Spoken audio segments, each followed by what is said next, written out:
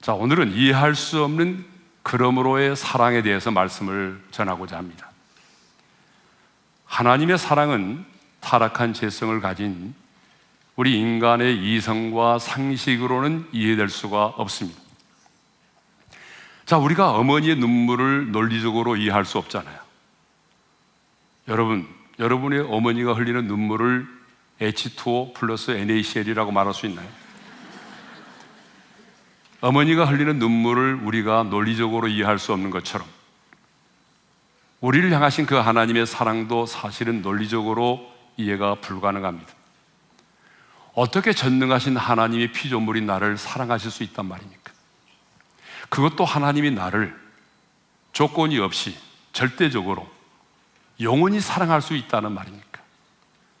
아니, 사도 바울의 확신처럼 그 누구도, 그 어떤 사람도, 그 어떤 환경도, 심지어는 죽음도 그리스도 예수 안에는 하나님의 사랑에서 끊을 수 없는 그 하나님의 사랑을 우리가 어떻게 이해할 수 있겠습니까?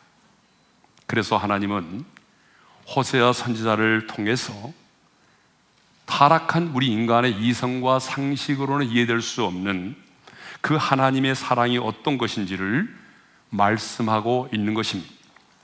그런데 하나님은 당신의 사랑이 어떤 것인가를 우리에게 계시하고자 할 때에 호세아 선지자로 하여금 하나님의 그 아픈 사랑, 끊을 수 없는 사랑, 포기할 수 없는 그 사랑을 친히 경험하게 하셨다는 것입니다. 그래서 음란한 여자 고멜을 아내로 맞이하게 하셨고, 음란한 자식들을 낳게 하셨고, 그리고 호세아로 하여금 배신과 아픔과 용서를 경험하게 했습니다. 그러니까 하나님은 당신의 사랑을 우리에게 가르치기 전에 먼저 하나님의 사랑을 선지자로 하여금 경험하게 하셨다는 것입니다. 하나님의 사랑을 경험케 하신 두 가지 이유가 있습니다. 그 첫 번째 이유는 지식으로 아는 사랑은 단순히 이해에 머물지만 경험된 사랑은 삶을 변화시키고 인격적인 만남을 갖게 하기 때문입니다. 여러분, 아는 것과 경험되는 것은 하늘과 땅 차이입니다. 이 아는 것과 경험되는 것은 너무나 달라요. 자, 어떤 병에 대해서 내가 지식으로 아는 것과 몸소 그 병을 겪어본 사람은 너무나 다릅니다. 여러분, 그렇죠? 그 병에 대해서 내가 지식으로 아는 것과 내가 친히 그 병에 걸려서 그 병의 고통을 경험해 본 사람은 다르다는 얘기죠. 비가 오는 날에 창밖으로 비가 내리는 것을 쳐다보는 것과 실제로 비를 맞는 것은 너무나 다른 겁니다. 여러분, 연애 소설을 읽는 것과 실제로 연애는 다릅니다. 그렇죠? 그러니까 연애 소설을 100권 읽는 것보다 한 번의 연애가 더 중요한 거죠. 어제 분위기가 좀 싸하시네요. 예, 연애를 안 해보셨나요? 예. 자, 하나님의 사랑을 경험케 하신 두 가지 이유 중에 두 번째 이유는 하나님의 사랑은 추상적인 개념이 아니라 개인적으로 경험되는 관계적인 사랑임을 보여주기 위해서 그렇습니다. 여러분, 관계를 깊게 만들어주는 것은요, 돈이 아니에요. 어떤 사람들은 돈만 있으면 관계가 깊어지라고 생각하지만 여러분, 그렇지 않아요. 아무리 남편이 많은 돈을 벌어와도 관계가 깊어지지 않은 부부가 많습니다. 관계는 돈에 의해서 결정되는 것이 아니라 사랑에 의해서 결정되는 것입니다. 사랑에 의해서 관계가 뜨거워지고 깊어지는 거예요. 자, 우리가 지난 시간에는 이해할 수 없는 하나님의 사랑, 그러나의 사랑을 생각했어요. 여러분, 기억이 나십니까? 다 잊어버리셨어요? 감사해요. 네. 자, 우리가 지난 시간에는 이해할 수 없는 하나님의 그러나의 사랑을 묵상했다면 오늘은 속편으로 이해할 수 없는 하나님의 그러므로의 사랑에 대해서 우리가 생각을 해보도록 하겠습니다. 자, 하나님의 사랑을 말하고 있는 호세아 2장에 보게 되면 그러므로라고 하는 접속 부사가 3번 나옵니다. 6절과 9절과 14절에 그러므로라는 이 접속 부사가 나와요. 6절과 9절과 14절에 그러므로라는 이 접속 부사가 나와요. 6절과 9절과 14절에 여러분, 이 그러므로라고 하는 말은 앞에 말한 내용이 뒤에 말하는 사실의 원인과 조건의 근거가 될 때에 사용되는 접속 부사입니다. 자, 예를 들면은 너는 엄청난 죄를 지었다. 그러므로 법의 심판을 받아야 마땅하다. 그는 열심히 노력했다. 그러므로 좋은 성과를 거둘 수 있었다. 이렇게 사용되는 거거든요. 그런데 우리가 오늘 호세아서를 보게 되면 이 그러므로라고 하는 접속 부사가 원인과 조건을 말할 때만 사용되지 않았다라고 하는 것이에요. 자, 그러면 이제 구체적으로 하나님의 그러므로의 사랑이 어떤 것인지를 우리가 한번 생각해 보도록 하겠습니다. 첫째로, 그러므로의 하나님의 사랑 첫째는 막으시는 사랑입니다. 자, 어떤 사랑이라고요? 예. 이쪽 동네는 전혀 입을 열지 않네요. 예. 제가 집회 갈 때마다 우리 교회 성도님들은 반응을 잘 하십니다라고 말하는데, 여러분들이 이렇게 반응을 안 하면 제가 뻥치는 거잖아요. 예? 자, 하나님의 그러므로의 사랑 첫 번째가 뭐라고요? 막으시는 사랑이에요. 자, 우리 6절의 말씀을 읽겠습니다. 다 같이요. 그러므로 내가 가시로 그 길을 막으며 담을 쌓고 그 길을 찾지 못하게 하리니.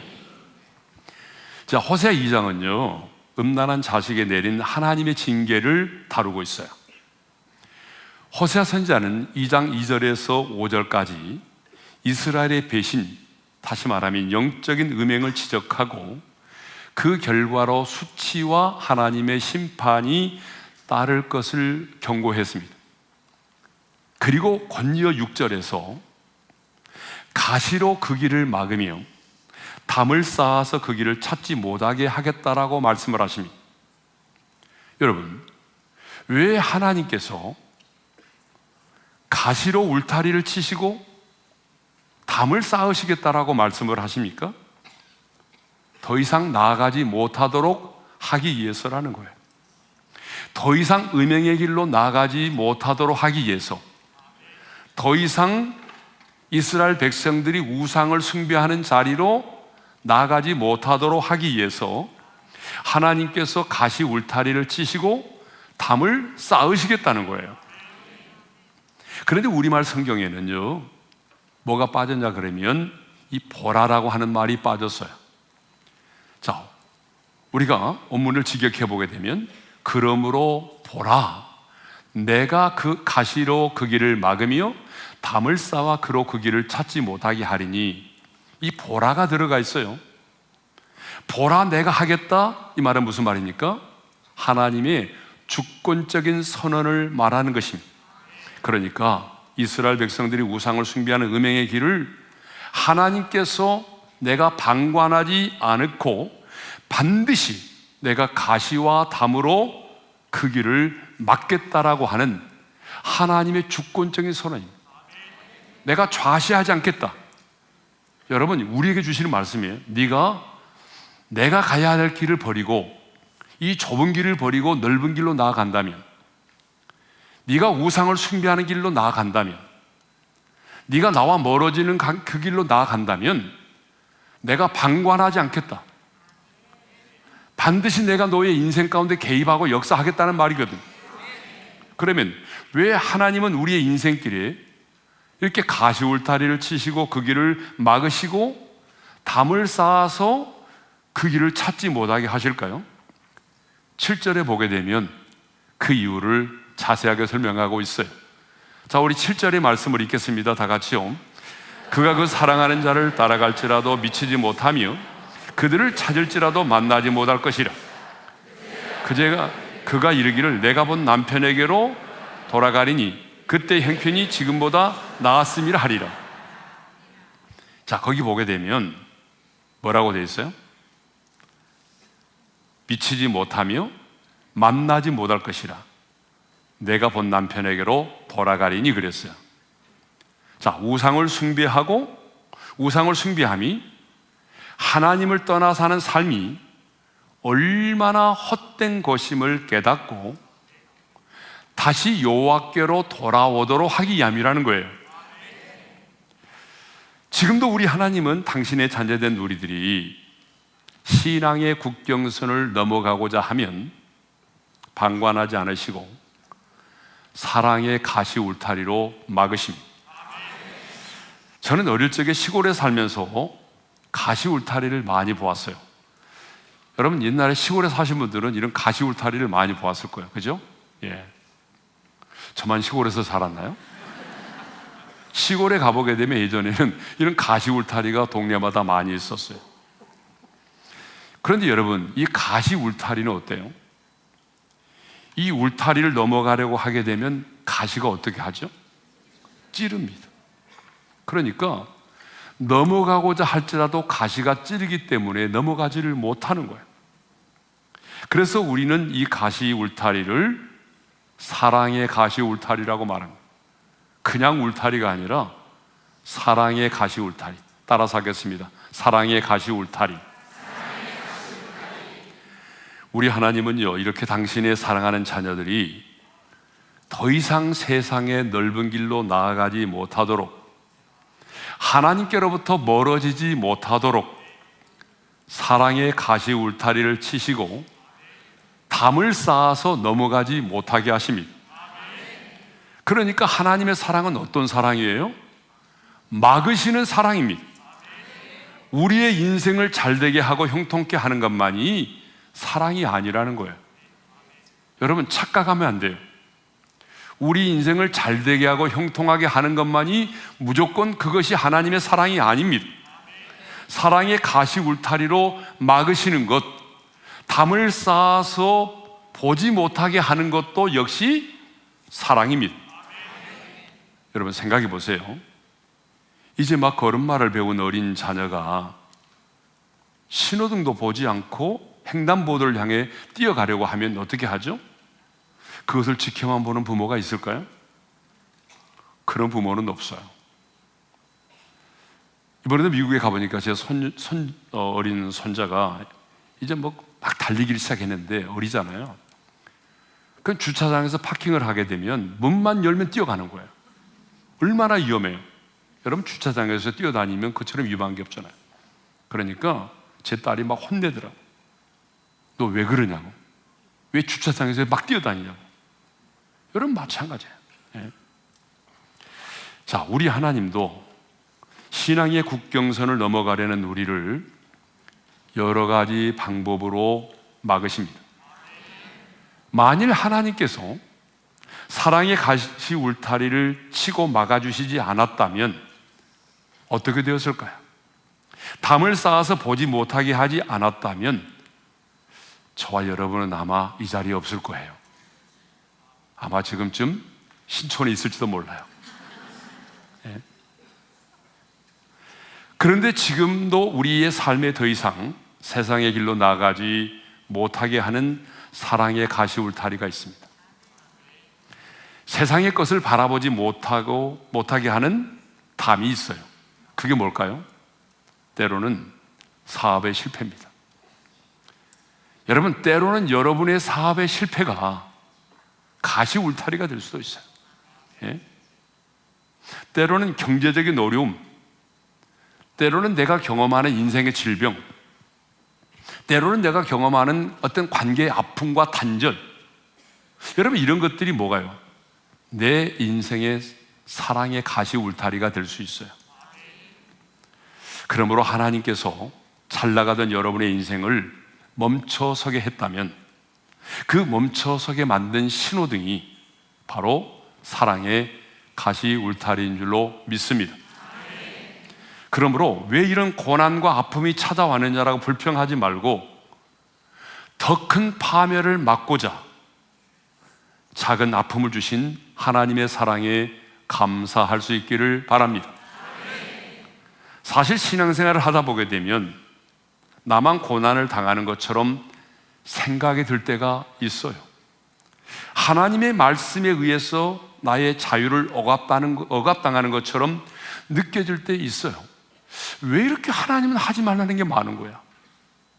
그래서 신앙생활을 하면 할수록 내 자신이 이축이 되기도 하고, 왜 이렇게 하나님께서는 이렇게 하지 말라고 말씀하시면서 내 인생을 내 삶에 이렇게 억압을 주시는가?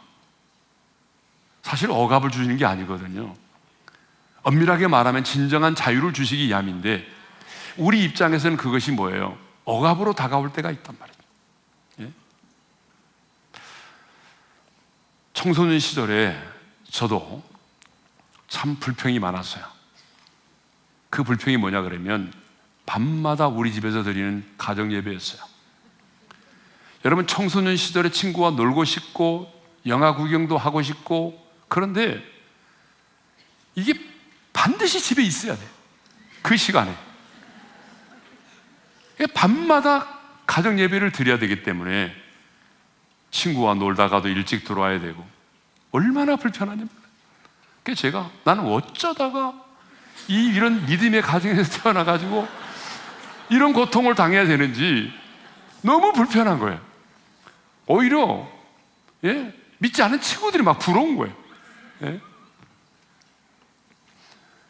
여러분, 그 시간에 막 TV도 보고 싶고 영화도 보고 싶고 친구들과 노덕거리고 싶고 그러잖아요. 그런데 그러지 못하니까 너무 힘들더라고요. 그런데 생각해 보니까, 지금 와서 생각해 보니까 어때요? 그때의 가정 예배가 오늘의 나를 만들었어요. 그 가정 예배 때문에 청소년기에 탈선할 수가 없었어요. 그 가정 예배가 저로 하여금 사랑의 가시울타리가 돼서 탈선을 못했어요. 왜냐하면 밖에 나가서 자고 친구들과 어울리고 해야 탈선도 하는데, 이 가정 예배 때문에 밖으로 다닐 수가 없는 거예요. 자, 두 번째로 그러므로의 하나님의 사랑이 뭐냐? 도로 찾고 빼앗는 사랑입니다. 별로 여러분 아멘 안 나올 줄 내가 이미 알고 있었어요. 뭐 잘되게 한다 그래야 아멘 할 텐데 막 막으신다고 말하고 이번에는 또 자꾸 빼앗으신다고 그러니까 이거 아멘 해가지고 나도 빼앗기는 거 아니야? 막 이런 생각을 미리 하는 거죠. 자, 우리 성도들 머리 잘 돌립니다. 네. 자, 9절의 말씀을 읽겠어요. 9절의 말씀 다 같이요. 그러므로 내가 내 곡식을 그것이 이걸 계절에 도로 찾으며 내가 새 포도주를 그것이 맞들 시기에 도로 찾으며 또 그들의 벌거벗은 몸을 가릴 내 양털과 내 삶을 빼앗으리라. 여러분, 당시 북이스라엘 백성들은 경제적인 풍요를 누리고 있었어요. 그런데 그 당시의 삶을 풍요롭고 윤택하게 해주는 것이 무엇이냐 그러면 곡식과 새 포도주와 기름입니다. 그런데 이 모든 것을 하나님이 주셨는데 바알의 신이 준 것이라며 착각하고 이스라엘 백성들은 바알을 숭배하고 있었어요. 그러므로 하나님은 내 곡식과 내 포도주를 빼앗고 내 양털과 내 삶을 빼앗겠다라고 말씀하십니다. 그런데 하나님은 분명히 곡식과 포도주와 양털과 삶을 말할 때에 그 앞에 이렇게 말하죠. 내 곡식, 내 포도주, 내 양털, 내 삶이라고 말씀하십니다. 그냥 곡식, 포도주, 양털, 삶이라고 말하지 않고 분명히 앞에서 내 곡식, 내 양털, 내 삶, 내 포도주라고 말씀하십니다. 그것은 왜 그렇게 말씀하실까요? 그것의 진정한 주인이 하나님이시기 때문에, 하나님께서 그들에게 주셨기 때문이죠. 그래서 8절에 보게 되면 그렇게 말씀을 하고 계세요. 우리 8절의 말씀을 읽겠습니다. 다 같이요. 곡식과 새 포도주와 기름은 내가 그에게 준 것이요 그들이 바알을 위하여 쓴 은과 금도 내가 그에게 준 것이거늘 그가 알지 못하도다. 하나님은 지금 너희가 누리고 있는 곡식과 새 포도주와 기름은 내가 너에게 준 것이라고 분명히 말씀하십니다.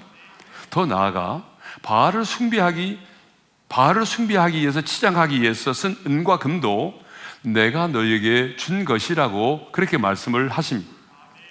그런데 중요한 것은 뭐예요? 그들이 알지 못했다는 거예요. 내가 너에게 준 것이거늘 그들이 알지 못했다. 오늘을 살아가는 우리 역시 하나님께서 우리의 인생에 참 많은 축복들을 주셨는데 그것들을 당연한 것으로 받아들이고 있다는 것입니다. 여러분, 우리 가정에 주신 자녀들, 하나님이 여러분의 가정에 맡기신 자녀인 줄로 믿습니다.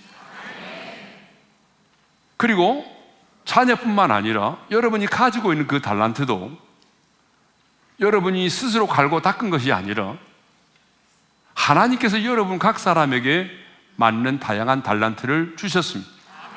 그 달란트도 하나님이 여러분에게 주신 것입니다. 여러분의 물질도 여러분의 수고와 노력으로 얻은 것 같지만 따지고 보게 되면 그 물질도 하나님께서 우리에게 주신 것입니다. 그런데 우리는 내 자신의 힘과 노력으로 얻은 것처럼 생각을 하죠. 그래서 운이 좋아서, 내가 열심히 일했기 때문에, 시대를 잘 만나서 라는 핑계를 대면서 하나님이 내게 주신 것들을 하나님이 내게 주신 것으로 받아들이지 못한다는 것입니다. 이렇게 이스라엘 백성들이 하나님이 주신 것들을 인정하지 않고 도리어 바알이 가져다 준 것으로 착각하고 바알을 숭배하는 일에 사용될 때에 하나님은 그러므로 내가 너에게 준 것들을 도로 찾고 빼앗아 버리겠다. 따라서 하겠습니다. 도로 찾고 빼앗아 버리겠다. 그런데 언제 하나님이 도로 찾고 빼앗으신가? 여러분, 시기가 있더라고요. 하나님은 아무 때나 빼앗는 게 아니에요. 아주 결정적인 시기에 하나님은 그것들을 빼앗으십니다. 9절에 보니까 이런 말씀이 있어요. 다 같이요. 그러므로 내가 내 곡식을 그것이 익을 계절에 도로 찾으며 내가 새 포도주를 그것이 맛들 시기에 도로 찾으며. 여러분, 하나님께서 그것들을 도로 찾고 빼앗는데 아무 때나 한 게 아니에요. 뭐라고 말하죠? 곡식이 익을 계절에, 포도주가 맛들 시기에 하나님이 그것들을 도로 찾고 빼앗으시겠다는 것입니다. 여러분, 곡식은 주로 우기가 끝나는 봄철에 수확을 하게 되고, 포도는 건기인 여름에 수확을 해서 가을쯤 되면은 발효가 돼서 이제는 맛을 내게 되는데, 그런데 하나님은 농부가 가장 수확을 기대하는 그 기쁨의 때에, 포도주가 맛들 그 기쁨의 시기에 그 곡식과 새 포도주를 도로 찾으시겠다라고 말씀하십니다. 이 말은 이스라엘 백성들이 곡식과 포도주를 통해서 기쁨과 즐거움을 누릴 바로 그 시기에, 그것들에 도취되어서 환호성을 지를 만한 그 시기에 하나님이 주신 축복들을 거두시겠다는 것입니다. 그러면 왜 하나님은 가장 곡식과 새 포도주를 통해서 기쁨과 즐거움을 누릴 그 결정적인 순간에 그 축복을 거두시는가? 사람은요, 가장 필요할 때 공급이 끊기고 기대가 무너지면 그때에 비로소 자신의 무력감을 느끼게 됩니다. 그때, 그러므로 인간의 무력함을 깊이 깨닫고 오직 하나님만이 모든 것의 참 주인이심을 온전히 깨닫도록 하기 위해서 하나님 그 결정적인 시기에 그것들을 빼앗으신다는 거예요. 시작하는 시기에 빼앗으면 잘 모르잖아요. 그래서 가장 결정적인 그 시기에 하나님은 그것들을 도로 찾고 빼앗으신다고 말합니다. 자, 우리의 인생도 보게 되면 하나님은 때때로 우리가 하나님보다도 의지하던 세상의 성공과 그 물질과 명예와 인기를 가장 필요하다고 느낄 때에 거두어 가실 때가 있습니다. 여러분, 그러지 않아요? 아마 경험하신 분들이 많을 거예요. 하나님이 언제 결정적으로 거두어 가시냐면, 내가 이제 정말 성공을 할 수 있겠다, 내가 여기만 통과하게 되면 나는 이제 정말 내가 원하는 그 모든 돈을, 부귀와 영화를 누릴 수 있게 되겠다 라고 생각하는 그 시기에 결정적인 순간에 하나님 물질을 거두시고, 결정적인 순간에 하나님 명예를 거두시고, 결정적인 순간에 하나님이 주셨던 것들을 빼앗으실 때가 있습니다. 그 이유는 우리를 공궁에 빠뜨리고자 함이 아니라 그 모든 것이 하나님께로부터 주어졌음을 깨닫고 다시 한번 내 자신이 아닌 하나님만을 의지하도록 하기 위함입니다. 인간의 한계를 깨닫고 내가 의지할 수 있는 분은 하나님밖에 없다는 사실을 온전히 깨닫도록 하기 위해서입니다. 우리에게 공공함을 주기 위해서가 결코 아닙니다. 우리 하나님의 성품은요, 언제나 주기를 원하시는 분이시지 빼앗기를 원하시는 분은 아니에요.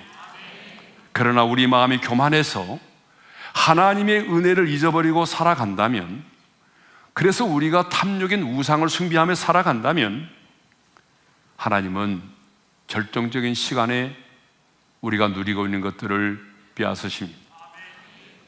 왜냐하면 그래야 하나님이 지금 우리에게 이것 때문에 하나님이 나를 징계하셨다는 사실을 깨달을 수 있게 되기 때문이죠. 여러분 보세요. 하나님이 어떤 것을 빼앗을 때 보게 되면, 물질로 인해서 넘어진 자는요, 물질을 하나님이 빼앗으십니다. 여러분 그래요, 안 그래요? 그래야 내가 깨달을 수 있어요. 아, 물질 때문에 하나님이 이렇구나. 자녀를 하나님보다 더 사랑해서 자녀가 내 인생의 우상이 되어 있다면, 여러분 자녀와 관련된 것들로 하나님이 나를 징계하십니다.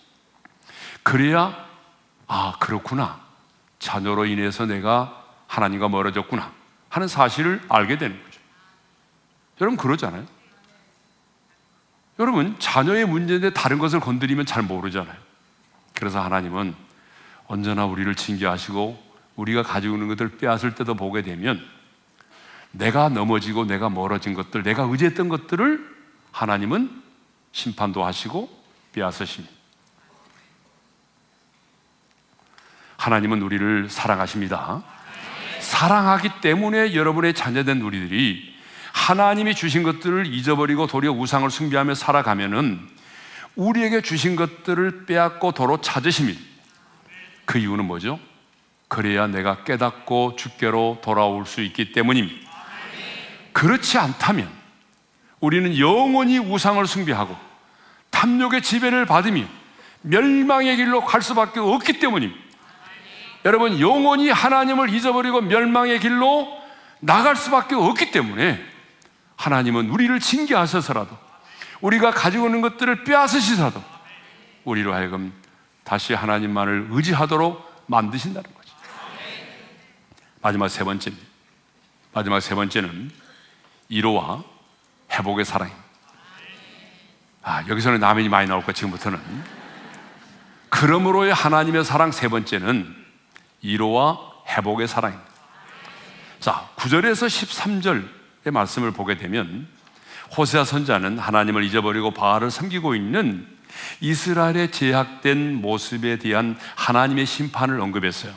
그렇다면 문맥적으로 보게 되면 더 강력한 하나님의 심판이 언급되어야 하는데, 여러분 그러잖아요. 문맥적으로 보게 되면, 예를 들어서 그러므로 내가 그들을 모두 연병으로 치겠다, 홍수로 인하여 쓸어버리겠다. 그런데 하나님은 반대로 이로와 회복을 약속하십니다. 자, 우리 14절에 보게 되면 이로의 사랑이 나오는데, 먼저 14절을 읽겠습니다. 다 같이요. 그러므로 보라, 내가 그를 타일로 거친 들로 데리고 가서 말로 이로하고. 이제 이로하겠다는 거예요. 음란한 여자 고멜은 모세 율법만이 아니라 세상의 법에서도 용납될 수 없는 죄를 지었습니다. 그러니까 이 음란한 여자 고멜은 버림을 받아야 마땅하죠. 아니, 우상을 숭배한 이스라엘 백성들은 하나님께 버림을 받아야 마땅하죠. 그런데 호세아는 타일러서 거친 들로 데리고 가서 말로 이로하였다라고 되어 있어요. 근데 여기 말로 이로하고라는 말을 직역하게 되면 내가 그녀의 마음에 말할 것이다. 여기서 강조되고 있는 게 뭐냐면 마음입니다. 마음에 닿는 말을 해 주시기 때문에 뭐가 되는 거죠? 위로가 된다는 거죠. 하나님의 말씀이 마음에 닿을 때에 내가 깨달음을 얻게 되고 온전한 치유와 회복을 경험하게 되니까 어때요? 하나님께서 어때요? 우리의 마음에 말한다는 거예요. 하나님의 말씀이 우리 마음에 와 닿을 때 어떻게 돼요? 진정한 위로를 얻게 됩니다. 여러분 그러잖아요. 진정한 위로는요, 하나님의 말씀이 내 마음에 와 닿을 때. 그런데 많은 주석가들은 여기 나오는 거친 들을 광야라고 말하더라고요. 때때로 하나님은 우리의 의지와는 상관없이 우리를 거친 들 광야로 데리고 나갈 때가 있어요. 그러면 왜 하나님은 우리의 인생을 이렇게 거친 들 광야로 인도하시는가? 여러분, 광야는요, 외롭고 고독한 곳이에요. 광야는 세상에 잡다한 소리가 들리지 않아요. 그렇기 때문에 광야에 있는 자는 하나님의 음성을 들을 수가 있어요. 광야는 사람의 힘으로 살아갈 수 없는 곳이죠. 하나님을 의지하지 않고는 살아갈 수 없는 곳이 뭐예요? 그게 광야잖아요. 그래서 하나님은요, 우리를 위로하시는데 어디로 가서 위로하시느냐? 여러분, 이태원의 클럽으로 데리고 가서 위로하시는 것이 아니에요. 예? 막 클럽에 데리고 가서 막 휘황찬란한 조명이 있고, 예? 그런 곳에 가서 우리를 위로하시는 것이 아니라, 화려한 곳으로 데리고 가서 우리를 위로하시는 것이 아니라 어디로? 광야로, 거친 들로 데리고 가서 하나님밖에 의지할 수 없는 그 외롭고도 고독한 곳, 그 광야로 우리를 이끄셔서 그곳에서 말씀으로 우리를 위로하신다는 거죠. 여러분, 광야를 지나며라는 찬양이 있어요. 거기 보면 이런 가사가 나오더라고요. 왜 나를 깊은 어둠 속에 홀로 두시는지, 어두운 밤은 왜 그리 길었는지, 나를 고독하게, 나를 낮아지게, 세상 어디도 기댈 곳이 없게 하셨네. 광야에 서 있네. 주님만 내 도움이 되시고, 주님만 내 빛이 되시는, 주님만 내 친구 되시는 광야. 주님 손 놓고는 단 하루도 살 수 없는 곳, 광야에 서 있네. 여러분, 이것이 바로 광야예요. 그래서 하나님은 우리를 때때로, 여러분, 거친 들 광야로 데리고 가셔서 거기서 우리를 위로하십니다. 하나님이 거친 들 광야에서 나는 너를 사랑한다. 네 자신은 너를 포기했을지라도 나는 너를 포기하지 않았어. 나는 여전히 너를 사랑해. 이렇게 말씀으로 위로해 주십니다. 하나님은 이렇게 우리를 거친 광야로 데리고 가셔서 하나님이 없이는 살아갈 수 없음을 고백하게 하시고, 그리고 말씀으로 우리를 위로해 주십니다. 하나님은 회복에 앞서 먼저 광야를 통과하게 하셨습니다. 이것이 바로 하나님의 일하심의 방식입니다. 자, 두 번째로 회복의 사랑입니다. 회복의 사랑. 하나님께서는 말씀으로만 위로하시는 것이 아니라 이제는 정말 여러분들이 좋아하는 회복시켜 주시겠다는 그런 약속을 하십니다. 예. 자, 뭘 먼저 회복시켜 주시느냐? 첫 번째로 잃었던 포도원을 다시 주시겠다고 말씀하십니다. 아까는 빼앗으시겠다고 말씀하셨는데 다시 주시겠다고 말씀하십니다. 15절 상반절입니다. 다 같이요. 거기서 비로소 그의 포도원을 그에게 주고, 잃었던 포도원을 다시 회복시켜 주시겠다는 것입니다. 그런데 어디서? 가나안에 돌아온 후가 아니라 거기서, 광야에서, 깨달음의 자리에서 하나님은 회복시켜 주시겠다는 것입니다. 하나님께서는 그들이 하나님의 사랑을 저버리고, 그래서 관계가 깨어졌을 때는 우리가 방금 전에 생각해 본 것처럼 그들의 모든 축복을 빼앗아 버리셨어요. 여러분, 도로 잡고 빼앗는 것도 하나님의 사랑이라고 그랬잖아요. 그죠? 자, 12절의 말씀 읽겠습니다. 시작. 그가 전에 이르기를 이것은 나를 사랑하는 자들이 내게 준 값이라 하던 그 포도나무와 무화과 나무를 거칠게 하여 수풀이 되게 하며 들짐승들에게 먹게 하리라. 그들이 하나님의 주신 것을 인정하지 않고 우상을 섬긴 대가로 받은 것으로 인정하고 그 우상을 숭배할 때에 하나님은 어떻게 하셨어요? 그 포도나무와 무화과 나무를 거칠게 하고 수풀이 되게 했다. 여러분, 수풀이 되겠다고 하는 말은 어때요? 들짐승들이 배회하면서 사람들이 들어오지 못하게 되는 덤불 지역을 말합니다. 덤불 지역으로 만들어 버렸다는 거예요. 그러니까 하나님은 그들이 당시에 누리고 있던 경제적인 풍요로움은 하나님으로부터 주어진 축복인데, 그것을 우상을 숭배한 우상들이 자신들에게 주었다고 생각하자 그 비옥한 땅을 황무케 만들었어요. 그런데 하나님은 여전히 그들을 사랑하셨습니다. 다시 찾아오사 위로해 주시고 회복하여 주십니다. 그 회복은 뭐예요? 바로 거기서 그의 포도원을 다시 주시겠다는 것입니다. 그러니까 여러분, 관계가 회복되면 하나님은 어떻게 하시겠다는 거예요? 그 잃어버린 것, 빼앗긴 것들을 다시 주시겠다는 것입니다. 예, 다시 회복시켜 주시겠다는 거예요. 예. 저는 오늘 이 밤에 여러분들이 철저하게 하나님 앞에서 회개하고 하나님과의 관계를 회복함으로 여러분의 인생 가운데 잃어버린 것들이 다시 회복되는 그런 밤이 되기를 바랍니다. 두 번째로는 아골골짜기로 소망의 문을 삼아 주시겠다라고 말합니다. 15절의 말씀을 읽겠습니다. 다 같이요. 거기서 비로소 그의 포도원을 그에게 주고 아골골짜기로 소망의 문을 삼아 주리니 그가 거기서 응대하기를 어렸을 때에와 애굽 땅에서 올라오던 날과 같이 하리라. 여러분, 원래 아골은요, 전리품을 훔친 아간이 돌에 맞아 죽은 장소를 말하죠. 그러므로 아골골짜기는 이스라엘 백성들이 어떤 곳이냐 그러면 죄와 심판의 장소입니다. 아골골짜기는 이스라엘 백성들에게 고통과 괴로움의 장소입니다. 그런데 여호와께서 그 아골골짜기로, 괴로움의 골짜기로 어떻게 하겠다고 말합니까? 소망의 문을 삼아주겠다. 내 인생에 고통과 괴로움이 있는 그 인생의 아골골짜기로 이제는 소망의 문을 삼아주겠다라고 말씀하십니다. 소망의 문은 뭐예요? 새로운 시작과 회복의 은혜가 임하는 것을 말합니다. 소망의 문은 새로운 시작과 회복의 은혜가 임하게 되는 것을 말하는 거죠. 그러므로 소망의 문을 삼아주시겠다고 하는 것은 지난날에 겪은 아픔과 고통의 모든 기억을 다 잊어버리고 상쇄시키고도 남을 정도로 하나님께서 회복하여 주시겠다는 거예요. 지난날에 내가 겪었던 그 아픔과 상처, 고통, 괴로움, 그것을 다 잊어버리고도 남을 정도로, 잊어버리고 상쇄할 정도의 그러한 축복을 하나님이 주시겠다는 것입니다. 새롭게 시작하는 은혜의 출발점으로 내가 바꿔주겠다. 하나님은 나골골짜기로 소망의 문을 삼아주시는 분입니다. 금번 단일 기도의 기간에 저는 우리 성도님들이 이 말씀을 붙들고 기도했으면 좋겠어요.